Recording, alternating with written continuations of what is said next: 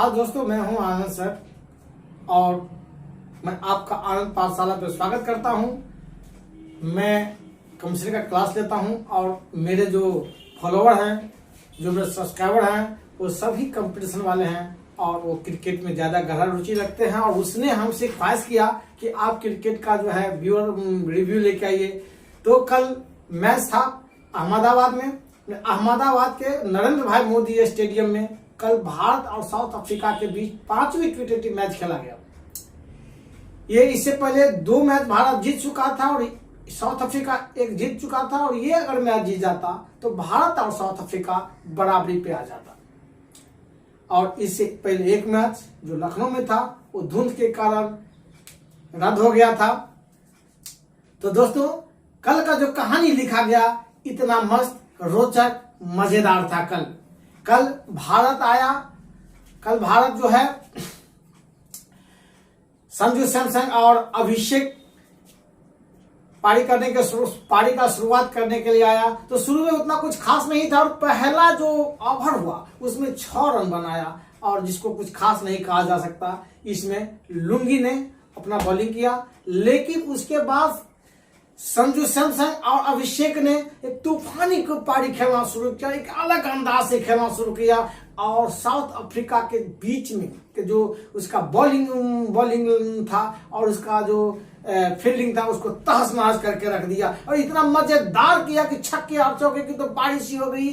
और स्टेडियम में सिर्फ और सिर्फ अभिषेक और सैमसन का नाम गूंज रहा था। 6वें ओवर में अभिषेक 34 रन के निजी स्कोर पे आउट हो गया। उसके बाद तिलक बैटिंग करने के लिए आया सैमसन का साथ देने के लिए, लेकिन तिलक आज सोच लिया था कि अगर तिलक होगा तो सिर्फ राज तिलक का ही होगा। और तिलक आते ही छक्के चौके की बरसात कर दिया और संजू सैमसन का साथ देता रहा।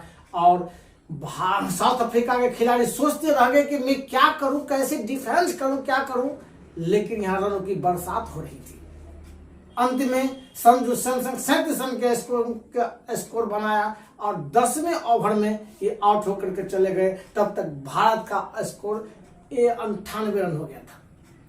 इसके बाद भारत के कप्तान सूर्य कुमार यादव आए, जो अपने खराब फॉर्म से जूझ रहे थे और आने के बाद उनका जो कमजोरी है स्पष्ट दिखाई दिया और वहां भी संघर्ष करते रह गए मैदान पे और एक आसान सा कैच दे करके वो चले गए। और ये भारत के लिए, भारतीय टीम के लिए एक चिंता का कारण भी है, क्योंकि इसके बाद विश्व कप खेलना भी है। लेकिन दोस्तों, बात यही खत्म हो जाती थी, कोई बात थी। इसके बाद आया हार्दिक पांड्या अपने तूफान लेकर के।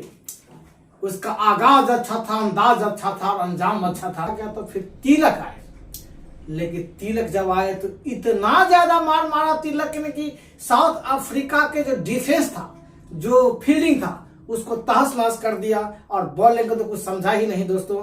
और तिलक ऐसा लग रहा था कि तिलक ये सोच करके आया हो कि आज तो राज तिलक का ही होगा। और ठीक उसी अंजाम में खेलते खेलते बहुत मारा, लेकिन बाद में संजू सैमसन उसका साथ छोड़ के चला गया और स्कोर था 97। जब 97 के स्कोर पे चला गया तब तक भारत अपना नींव इतना मजबूत कर लिया था कि उस नींव को हिलाने में साउथ अफ्रीका को चने चबाना पड़ता। लेकिन दोस्तों, उसके बाद भारत का कप्तान सूर्य कुमार यादव, जो अपने खराब फॉर्म से जूझते आ रहे हैं, आया मैदान में और उसकी कमजोरी आज साफ उनको दिखाई दिया कि एक छोटी सी बॉल पे, एक बहुत आसान बॉल पे कैच देकर के चले गए 115 रन पे और लगा कि भारत की पारी डगमगा गई। लेकिन दोस्तों, बात यही खत्म हो जाती तो कोई और बात थी।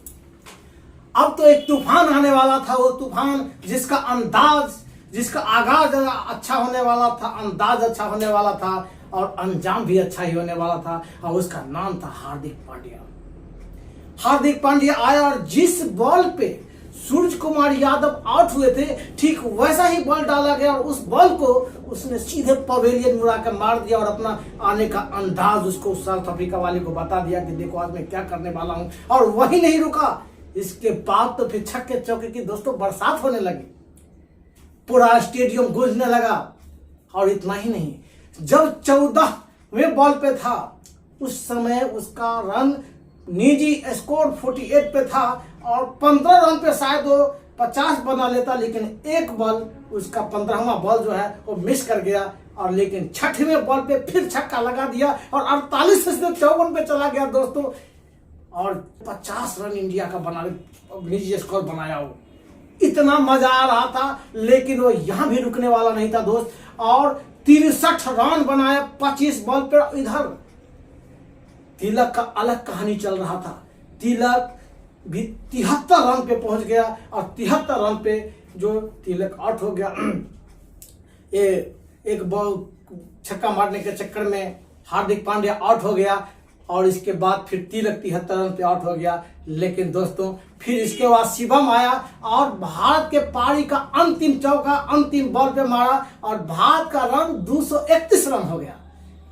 अब जो खेलने आने वाला था साउथ अफ्रीका, उसको एक मजबूत नींव नहीं बल्कि बहुत मजबूत दीवार नजर आ रहा था, और उसको तोड़ना इतना आसान नहीं था। लेकिन दोस्तों बात यहीं खत्म हो जाती तो कोई और बात थी। उधर भूखे शेर की तरह साउथ अफ्रीका वाले भी थे, और जब ही अपना शुरुआत करने आया तो बेहद खतरनाक अटैक किया, मतलब खतरनाक काउंटर। और उधर से डिकॉक जब बल्लेबाजी करने आया, इधर से असरदीप जब बॉलिंग करने आया तो भूखे भेड़िए की भांति उस पर टूट पड़ा, और असरदीप को तो लगा कि ये बॉलर ही नहीं, इसको बॉलर समझ ही नहीं रहा था। इतना मार मारा उसको, छक्के और चौके की झड़ी लगा दी डिकॉक ने, और लगा कि भारत बैकफुट पे आ गया।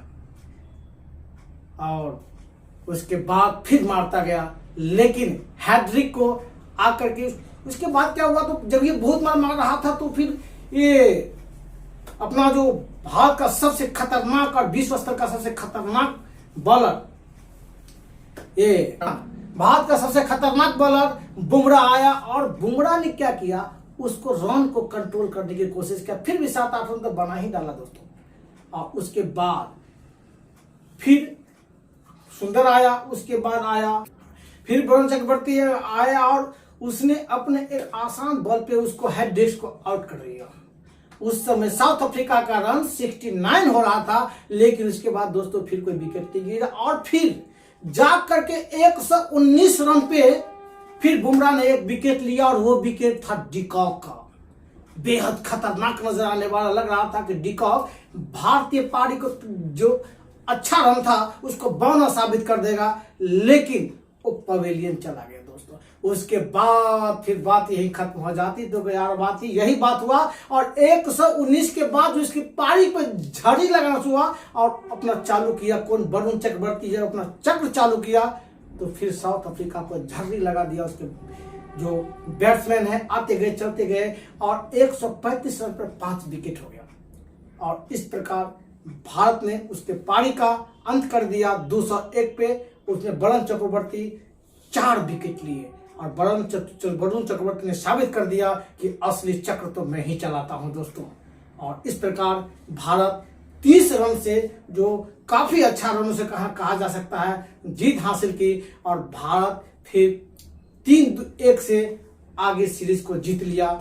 और लेकिन अभी के डेट में इतना अच्छा खेल रहा हार्दिक पांड्या, जो भारत का रत्न कहा जाएगा, और साथ ही तिलक भी जो है अपना रंग में है, लेकिन भारतीय पारी जो भारतीय कप्तान जो है उनका पारी जो फॉर्म है एक चिंता का कारण है, क्योंकि आने वाले समय में विश्व कप है दोस्तों। अब सिलेक्टर क्या करते हैं, मैनेजमेंट क्या करते हैं, ये वो उन पर डिपेंड करता है। नहीं तो सूर्या को अपनी पारी को सुधारना पड़ेगा, अपना फॉर्म को सुधारना पड़ेगा। चलिए धन्यवाद दोस्तों।